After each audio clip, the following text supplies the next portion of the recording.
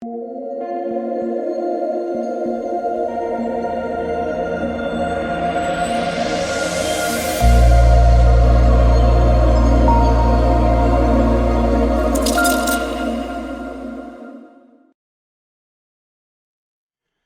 what is going on, guys? It's DK. Back at you with another video here to bring in the 9-game NBA main slate on Tuesday. Before I get into the video, if you guys are new to the channel, welcome. My name is DK. I make daily videos and live stream for NBA and NFL slates on Draftkings. Also make videos for NBA Top Shot, NFL all day. NBA Top Shot, we have a big week this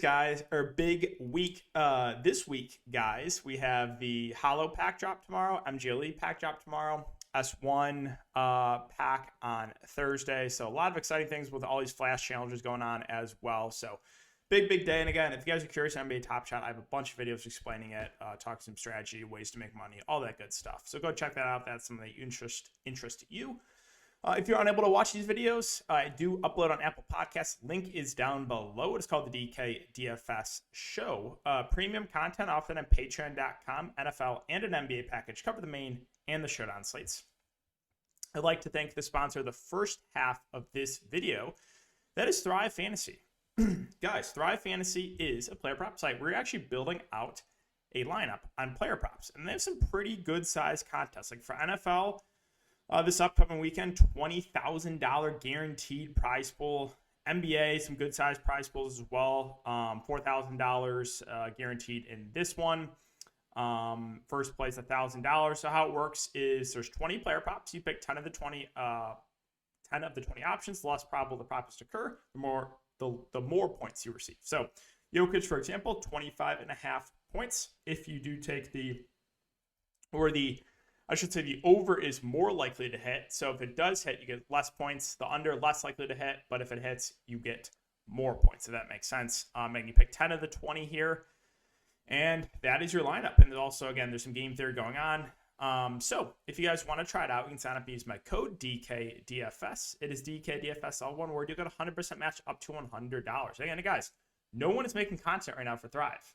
There's a pretty big edge here, right? There's none of the main fantasy sites, no one is covering Thrive Fantasy. So big edge here. Take advantage of that 100% match up to $100 and give it a try. But all right, let's talk about this slate really quick, though. Let's look back lineup here from tonight. So tonight, cashed in low stakes tournaments, just missing high stakes. It's going to be a losing night overall. And I blame that all on the first half for Karis LeVert, who had like 10 fantasy points to bail out the faders in the first half. Oh, that was painful, guys. That was so painful. He smashed in the second half. He did what he should have done. He had 27 in the second half, but just the basement first half for Karis LeVert. Very tilted about that. Not gonna lie, extremely tilted. The rest of my lineup. So I used the Utah guys in Forrest, in Clarkson, and in Rudy Gay. We did get that news that, I didn't think those questionable guys were going to play. They didn't. So you told me 9 available players. Cam Johnson, I thought was one of the best values in the slate. Was a little bit surprised he was only 49% owned. Kevin Love, once we got confirmation that Jarrett Allen was out, he was my favorite Cav. He went for 43 fancy points. Jonas Valanciunas still with a little bit of foul trouble. Still in for 42. Solid. And Vucevic started really slow. I was keeping track of the first 5 minutes. He had like 0 and cardio first 5 minutes, but finished with 60 fancy points. Can I just mention this? Okay. Zach LaVine was on a minutes limit tonight, guys. Want to know how many minutes he played? He played 35 minutes. Like, is it just a troll this year for coaches of, oh, this player's on a minutes limit? He's going to play more than he usually does. Like, what are we doing here? And then also, LeVert only played about 31 or 32 minutes. He had been normally playing 38 minutes. So he did lose out in some minutes there as well. If we would have got his normal minutes, we definitely would have got value as well. So, but yeah, that's it for the look back, guys. A normal first half from Karis LeVert could have been a big night for me overall. But, hey, what can you do? And this is the winning lineup here in the Hall of Famer, $2,000 entry. So Shai's been playing really well late. He had another good game. That game was looking like it was going to blow out. It was like a 30-point game, and then Thunder brought it back. Clarkson, House, who played like 50 minutes tonight. That was a little bit tilting. Kevin Love, Vooch, Chris Paul, Pascal, and Rudy Gay. All right, so let's start off with Denver and Detroit. And on the Denver side, we have Nikola Jokic at 12.5K. who, if you think the Pistons keep staying competitive, it's going to look good as a spend up, right? He's playing huge minutes right now. He's playing like 38 to 40 minutes in competitive games. So I think he looks good if you can afford him. Gordon, Barton, more secondary plays for me. Not much else that really stands out. Like if Jeff Green's out, they're probably going to start Austin Rivers, who, yeah, you can play Austin Rivers. You're never going to get excited about it. Like he is the flat-man price. He played 34 minutes last game. But, yeah, and also Boogie Cousins, I'll mention him. Jokic, he's playing the backup 5 right now to Jokic. So, you know, if Jokic gets in some foul trouble, this game blows out, you could see a pretty big game from Boogie at low ownership. On the Detroit side, just not much here. I think Cade's fine for tournaments. He does have a ceiling unless I play him. He fouls out in 5 minutes at low ownership. But, yeah, when I don't play him, he goes for like 50. So I think Cade, you know, if in a competitive game, he's playing big minutes. I think he's definitely in play for tournaments. Like if you're playing Jokic, you don't have to, but it would make some sense to run it back with Cade, right? Because if Jokic is going to smash when he plays like 40 minutes. The way Jokic smashes is probably a big game from Cade because I think that's how Detroit will keep this game competitive. The secondary options like Bay and Diallo don't really stand out. Lyles and Isaiah Stewart are splitting the center minutes. No real plays there I feel great about. Corey Joseph's at 4-7. I mean, he still played about 30 minutes last game, but Killian Hayes back, it doesn't really stand out to me either. So, yeah, that's kind of it for Detroit. Clippers and the Wizards. So this Clippers team, I just don't like. There's just 4 or 5 teams in the league I really dislike talking about. The Knicks, the Clippers. Gosh. But, yeah, so Reggie and Marcus Morris, these are going to be the 2 highest usage players. Now, if you played Marcus Morris last slate, well, I feel for you. He got in foul trouble, and he shot 0 of 9. So that's not what you're looking for. But, yeah, those 2 probably in a competitive game play 30 to 35 minutes and will be the highest usage players. Nick Batum's price doesn't stand out. Amir Coffey went back to the Amir Coffey of old. 3 fancy points in 18 minutes. Now, the Clippers, like right now, the secondary rotation you just can't really trust. Likes of like Coffey and Batum and Bledsoe and Kennard and Mann, right? So if you want to take some shots in the some of these cheaper guys like Luke Kennard at 4-2 or maybe a Terrence Mann at 4-1. I think that's fine for tournaments, but it's kind of a situation where the Clippers are now going with a hot hand, and I just don't know what's going to happen with the rotation. Like last game, even we saw Serge Ibaka play the back of 5 over Hartenstein, so I don't even feel confident going to Hartenstein anymore. Outside of Reggie and Morris, it's all kind of just tournament plays for me for the Clippers. On the Wizards side, well, there's just not much here, right? Beal's at 9K, doesn't stand out.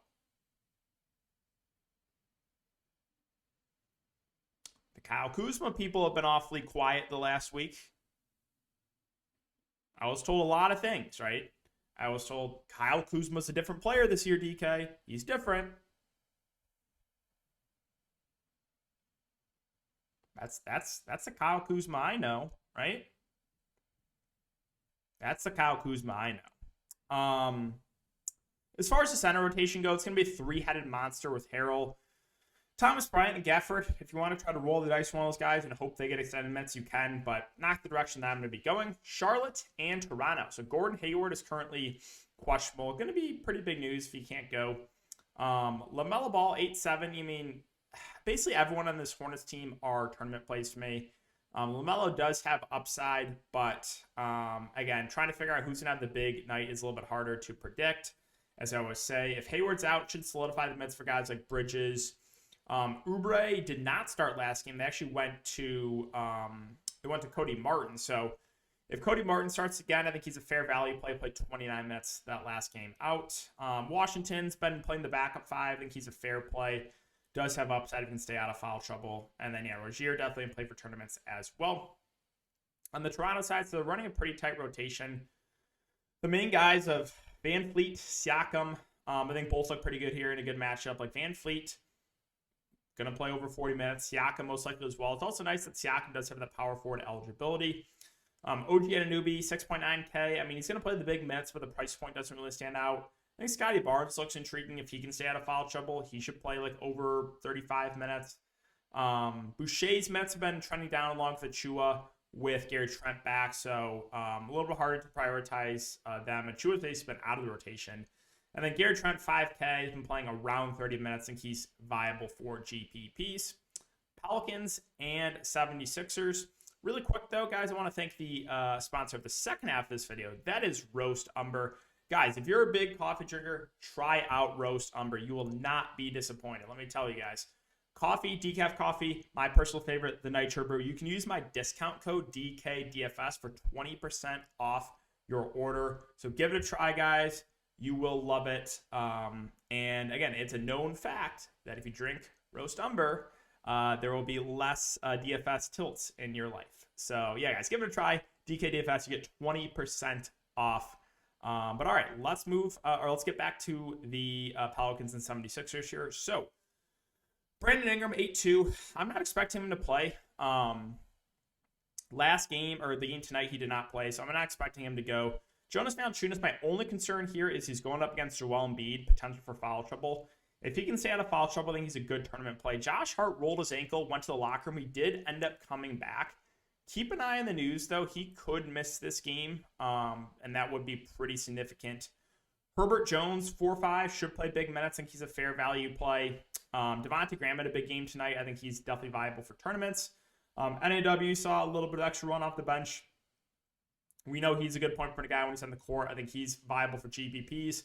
And then Garrett Temple, if he starts again, I think he's a relatively safe value play, right? Not a super high usage gap, but probably get some, pretty decent run, like 25 to 30 minutes. So, yeah, Pelicans, there's some blowout risk here, especially if Josh Hart's out too, but definitely a team that you can look to for some value. On the 76ers side, so Joel Embiid's been playing really, really well. 11.3K. I have no issue going up. Right now, he is just on another level. Tobias Harris should play big minutes. I think he's a fair play at 7-4. Maxi's playing like 45 minutes a night. Keep an eye on Thibault news. He might be back. If he's out, then we can go to Korkmaz, who's also been playing huge minutes. Has been a little bit disappointing, but it's still cheap and does have some upside if he can knock down his shots. Okay, Sacramento and Boston. So the big news is De'Aaron Fox, right? He's currently questionable. If he can't go, it's going to make Haliburton look really, really good here at 7.4K. He probably starts and plays 35-plus minutes. So would really like Haliburton if there's no Fox. Terrence Davis would most likely start again. He's been playing really well since he's been inserted in the starting lineup. 37, 38, and 30 minutes. So if he starts again, I think he's definitely viable for tournaments. You could look to Buddy Hield as a pivot in GPPs. Harrison Barnes, 6'2". The minutes have been a little bit up and down on him. Some games he plays like 32 minutes. Some games 38, 39. If he plays, close to that 38, 39 minute mark, then I'm going to like him a lot more. So I think he's viable in both formats. I'm going to stay away from Bagley at the price. And then Rashawn Holmes, I do kind of like a 4-6. 28, 24 minutes last couple games. I think we get mid-20s minutes. Only 4-6, I think, is good play in both formats. All right, on the Boston side, so Tatum and Brown, good spot here. Now, trying to nail down who's going to have the big game is a little bit trickier. So both guys in play. As I always say, though, it's always hard to figure out who it's going to have the big game. Robert Williams 7-2 doesn't really stand out to me. Schroeder's too pricey with Marcus Smart back. Marcus Smart himself, if there's no limitations, I think it's a fair play in the mid-range. But yeah, not a lot that stands out for Boston. Lakers and Nets, we do have Anthony Davis back, which makes it hard for me to get to any of the Lakers guys, to be honest. So I'll probably take a wait-and-see approach to see what happens with this rotation itself. But yeah, LeBron, AD, Westbrook. Westbrook is 8-3, but they are kind of tempting me at that price. I guess Westbrook would probably be my favorite of the three, but he still does have a low floor. And again, with Anthony Davis back, should be more usage to go to a guy, or less usage for a guy like Westbrook. And then I got to take a deep breath here. The Brooklyn Nets.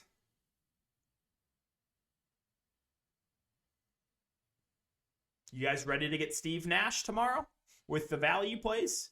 I know I am, right? It's just Steve Nash picking plays out of hat to see who's going to play the big minutes, right? So what we do know is Harden is going to look like the best bet up on the slate. Massive usage, great upside, just going to have to do everything for this team. So he looked great at the top. I don't think there's any dispute about that, and I can try and take. Everyone knows Harden's a good play here. I just know I'm going to get Steve Nash if I take a shot in one of these value plays. I know. It's just going to happen. So, Nicholas Claxton is currently questionable. If he can't go, it should be Aldridge and Day'Ron Sharpe splitting the 7 minutes. Both would be decent values. So, yeah, keep an eye on that. If Claxton's in, I might stay away from the centers. Patty Mills at 4.9, probably the guy that I'm the most confident in of the secondary options here for the Nets. I think he starts and plays mid-30s minutes. The price point is not amazing, but I think he's safe for the minutes, right? Now, the rest of this team, well, I have no idea what on earth is going to happen in this rotation. good luck, right? I'm just going to say good luck if you target any of these secondary plays. So, Kessler Edwards, 4-6. He has been playing some pretty consistent minutes. Production hasn't really been there. I do think he probably gets around 30 minutes. Bruce Brown, well, some games he's playing 30 minutes. Some games he's getting a DNP. Now, with Bruce Brown, he's not a bad point per minute guy. But if you told me Bruce Brown played 5 minutes tomorrow, I would not be surprised. If you told me Bruce Brown played 35 minutes tomorrow, I would not be surprised, right? Cam Thomas, 3.8K. A guy that's a good shooter. Who knows how many minutes he's going to play? What number does Steve Nash pull out of his hat, right? DeAndre Bembry. We've been seeing some games he starts and plays over 30 minutes. Some games he gets a DNP, right? I don't know how many minutes he's going to play. Blake Griffin. He's been playing some backup 5. He can play the 4 a little bit. Sure, he's complete dust, but he can get to extended run. James Johnson. I play him at low ownership, an 8-man rotation. Plays like 5 minutes. Game against Minnesota, 21 minutes. Smashes, right? So James Johnson's actually not a bad point per minute guy. It's just, I have no idea how many minutes he's going to play. So, again, Harden going to play big minutes. Patty Mills going to play big minutes. Kessler Edwards probably plays around 30 minutes. One of Aldridge, Claxton, Sharp's going to be out there most likely at all times. And then the rest of the rotation, who knows, right? Which name does Steve Nash pick out of his hat? Spurs and Rockets. So DeJounte Murray, 10K. Good matchup here. Should play big minutes. I think he's a good tournament option.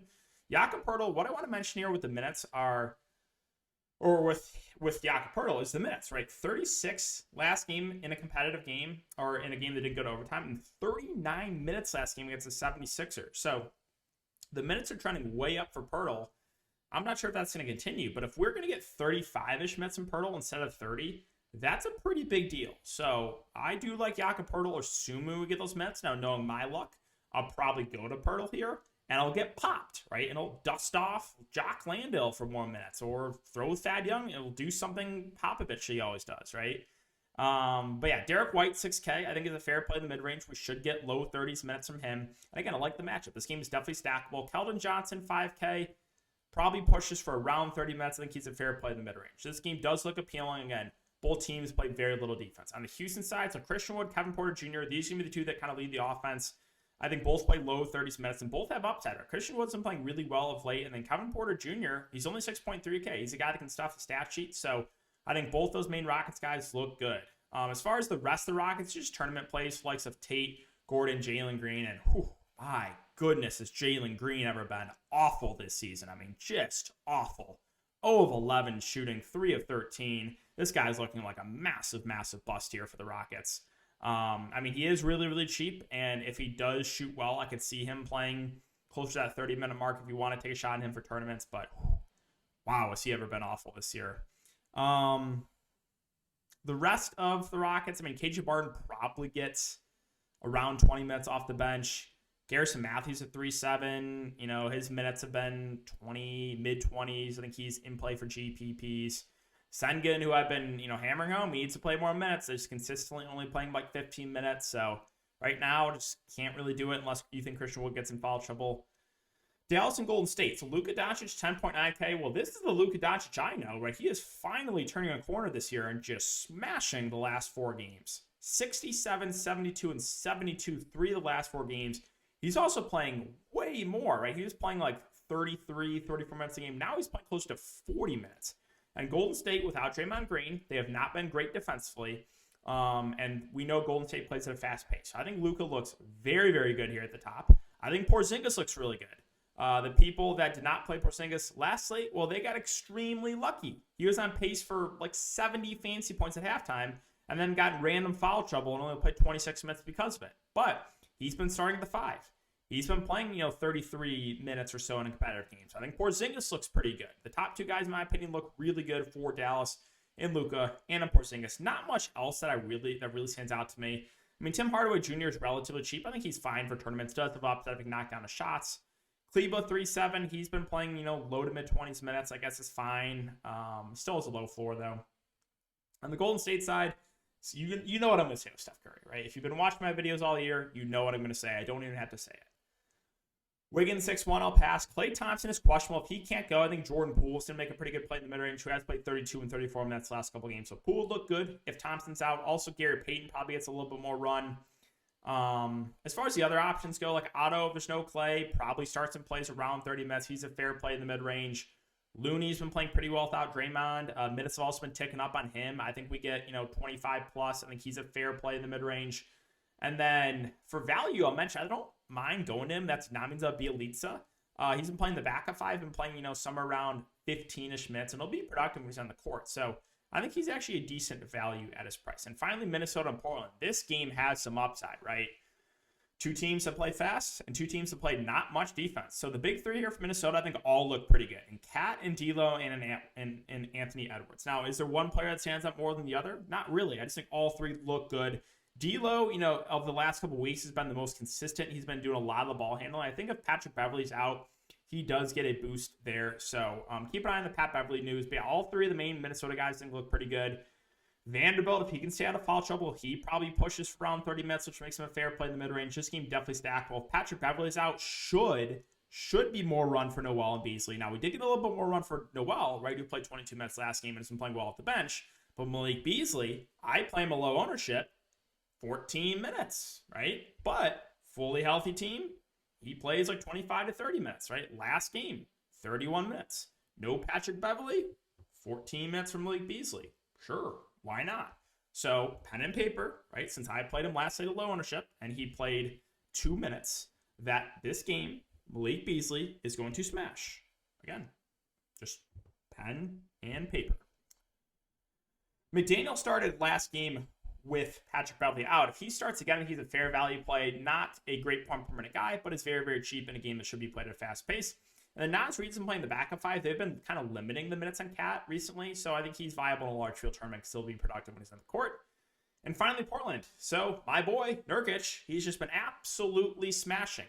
According to the YouTube comments, I have a twinkle in my eye when I talk about Yusuf Nurkic. But, I mean, look at this. 62, 43. 43 when he got massive foul trouble. 62. 47 when he fouled out. Like, if Nurkic can stay out of foul trouble, he's probably playing 35 plus minutes against big front courts. I think he's going to play for tournaments. I think CJ and Simons both look pretty good. Right now, trying to figure out, I still don't know who exactly is going to be like the alpha with these two guards, but like Simons is still getting a ton of shot attempts up. Same with CJ. I think both look pretty good. We do have Norman Powell coming back. At this price point, though, I'll probably stay away from him. And with Powell back, it kind of takes Covington and a little out of play for me. So, yeah, guys, that will wrap it up for the video. If you have been enjoying the content, just make sure to hit that like button, subscribe, and hit the notification bell. I will be doing a YouTube live stream tomorrow. Again, really appreciate all you guys that checked out the live stream today. But I'll be live tomorrow for a Q&A live stream. So if you guys have any questions, make sure to come check out the live stream tomorrow. I would greatly, greatly appreciate that. But thanks again, guys. Have a great one, and I'll see you all tomorrow.